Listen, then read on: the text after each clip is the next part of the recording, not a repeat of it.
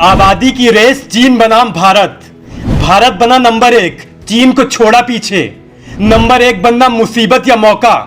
1950 के बाद पहली बार जनसंख्या चीन से ज्यादा।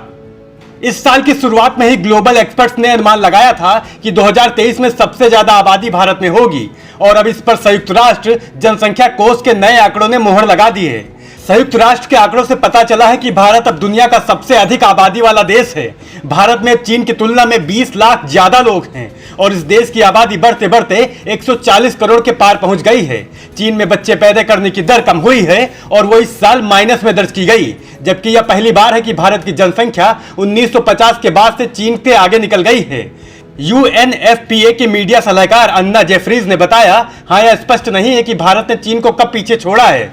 जेफरीज ने कहा, दरअसल दोनों देशों की तुलना करना काफी कठिन है क्योंकि दोनों देशों के डेटा कलेक्शन में थोड़ा अंतर है। वहीं भारत की आबादी फिलहाल बढ़ रही है। हालांकि भारत की आबादी की ग्रोथ रेट में 1980 के बाद से गिरावट देखी जा रही है। इसका मतलब यह है कि भारत की आबादी बढ़ रही है, लेकिन इसकी दर पहले के मुकाबले अब कम हो गई है।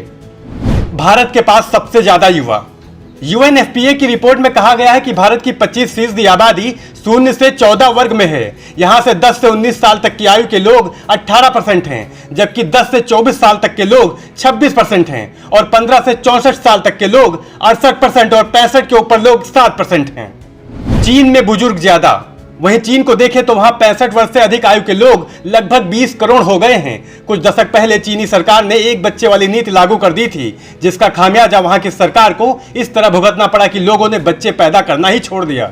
मुसीबत या मौका। भारत की विशालकाय युवा आबादी दो-धारी तलवार की तरह है, यानी युवाओं से लाभ हासिल करने के लिए, उनकी शक्ति का सही इस्तेमाल करने के लिए उनके हाथों में लगातार रोजगार उपलब्ध करवाना सबसे ज्यादा जरूरी बात है।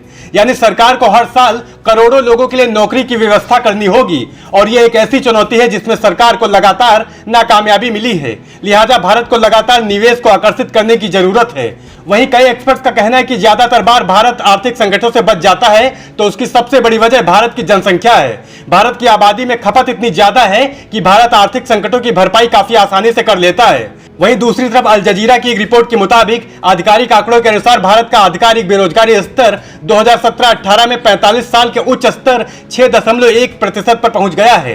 सरकार के वार्षिक नौकरियों के आंकड़ों से पता चलता है कि 2021-22 में बेरोजगारी का स्तर सुधर कर 4.1% हो गया था। लेकिन कुछ अन्य आंकड़े बताते हैं कि भारत में बेरोजगारियों की संख्या सरकारी आंकड़ों के मुकाबले कहीं ज्यादा है। वहीं संयुक्त राष्ट्र का मानना है कि भारत में हर साल लगभग 2.5 करोड़ बच्चों का जन्म होता है। वहीं सबसे ज्यादा आबादी वाले चीन में भारत की तुलना में लगभग आधे बच्चे पैदा होते हैं। भारत के केंद्रीय स्वास्थ्य मंत्रालय की ताजा रिपोर्ट बताती है कि 2021 और 22 में साल भर में लगभग 2 करोड़ से ज्यादा बच्चों का जन्म हुआ, यानी हर दिन औसतन 56,000 बच्चे पैदा हुए। यह आंकड़ा इसलिए भी चौंकाता है क्योंकि अगर दुनिया के 78 देशों की आबादी को जोड़ दिया जाए तो यह संख्या 2 करोड़ से कुछ ज्यादा ही बैठती है।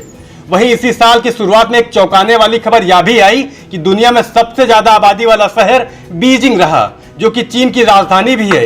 वहां आबादी बढ़ने के बजाय कम हो गई है। इसकी एक बड़ी वजह कोरोना महामारी को भी माना जा रहा है।